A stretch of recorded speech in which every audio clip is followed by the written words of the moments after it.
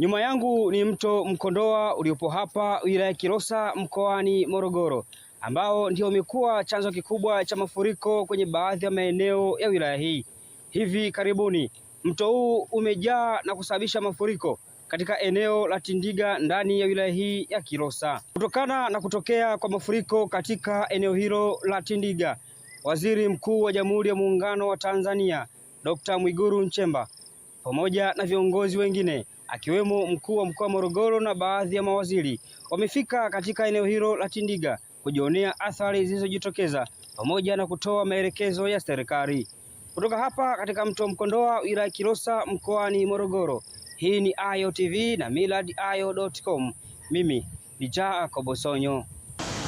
Tumeona kwa juu na tuliposogea hapa pembeni tumeona hali halisi. Na hali ya aina hii kama mkuu wetu wa wilaya alivyosema, imekuwa ikijitokeza.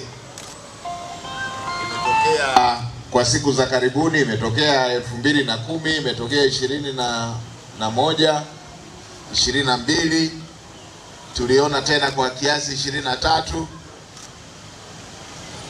Ni jambo ambalo linajitokeza, na katika kujitokeza kwake serikali haijakaa kimya.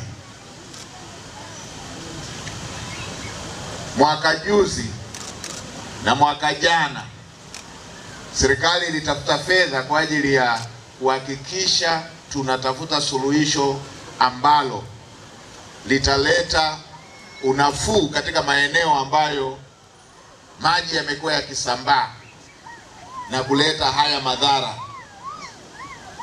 Kidete pamoja na Gulwe kwa upande wa kuelekea Dodoma.